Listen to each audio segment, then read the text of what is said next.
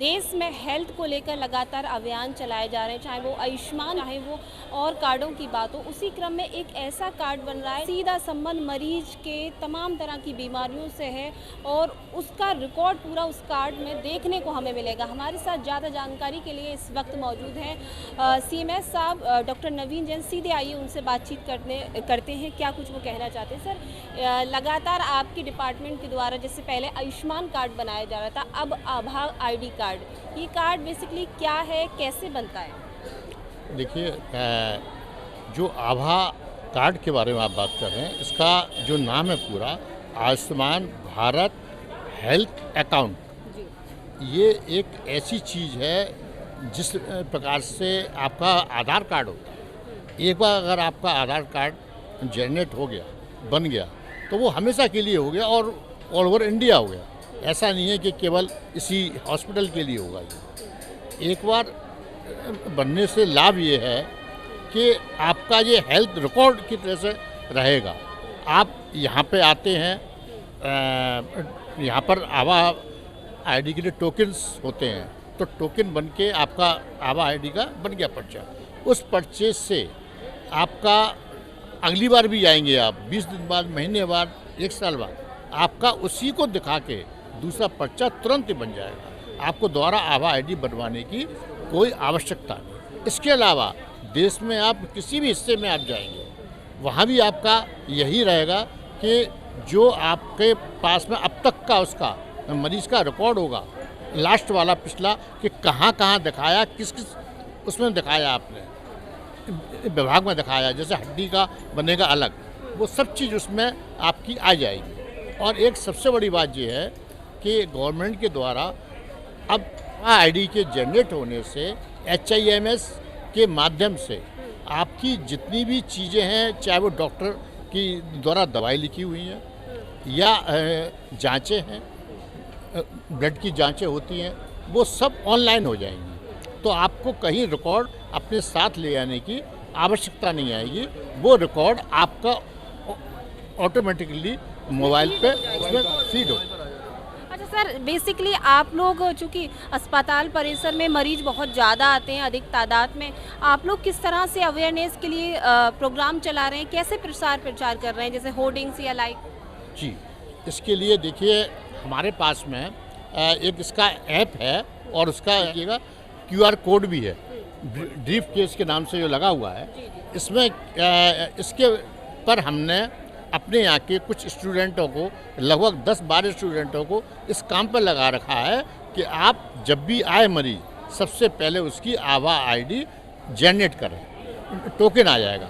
इसके लिए लोगों की हेल्प के लिए लोगों को लगाया हुआ है और उन्हीं के द्वारा लोगों में अवेयरनेस दी जा रही है। मेरे पास भी कोई व्यक्ति आता है तो मैं भी उससे यही कहता हूँ कि एक बार आप अपना जब भी दिखाने आए, आभा आईडी से अपना ले पर्चा, जिससे कि भविष्य में फिर आपको बार बार लाइन में लगने की ज़रूरत नहीं पड़ेगी। आप दिखाएंगे पर्चा, तुरंत वो उससे एक ही बार में निकल जाएगा। जैसे सर, मतलब एक पर्चा ₹1 का पहले हाथ से बनता था, अब डिजिटल हो गया है या कंप्यूटर से बनता है, तो यदि हम आभा आईडी कार्ड बनवाते हैं तो फिर हमें दोबारा पर्ची की ज़रूरत नहीं, वही कार्ड की प्रिंट दिखा सकते हैं या फ़ोन में?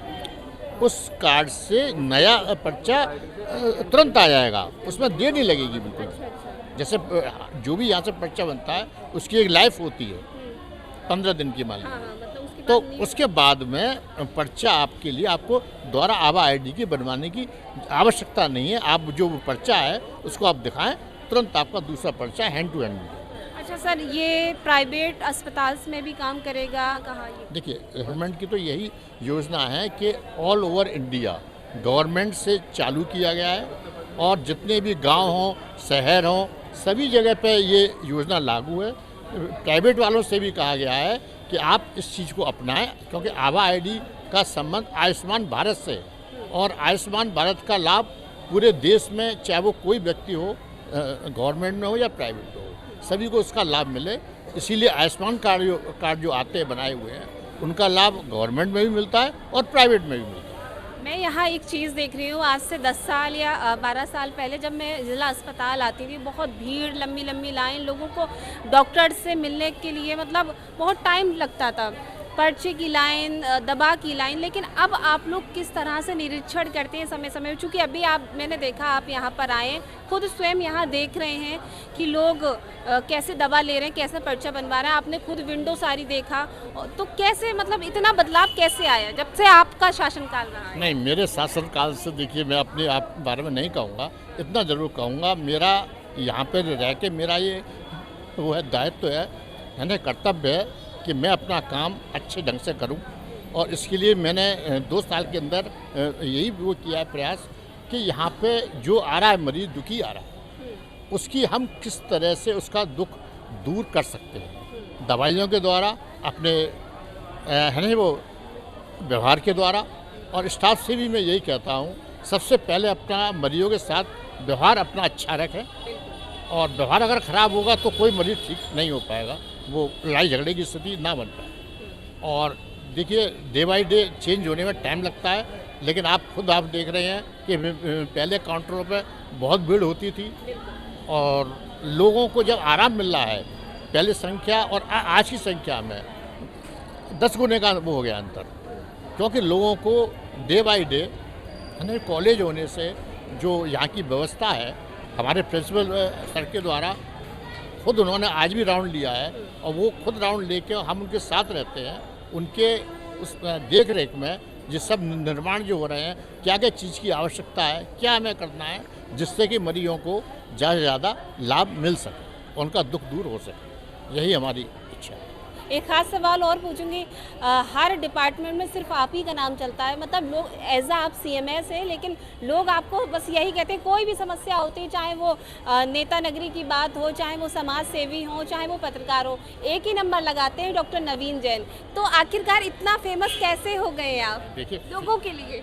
नहीं, ऐसा कुछ नहीं है। देखिए मैं अकेला ही नहीं हूँ, यहाँ तो पूरे डिपार्टमेंट अलग अलग हैं, और लोगों को क्या है कि उन लोगों को जब वो डिपार्टमेंट में जाते हैं, जो उनको व्यवहार उनके साथ होना चाहिए, वो व्यवहार नहीं होता, या उनको लगता है कोई प्रॉब्लम होती है, तो मेरे द्वार हमेशा खुले रहते हैं मरीजों के लिए, और मेरा फ़ोन चालू रहता है, चाहे दिन हो या रात।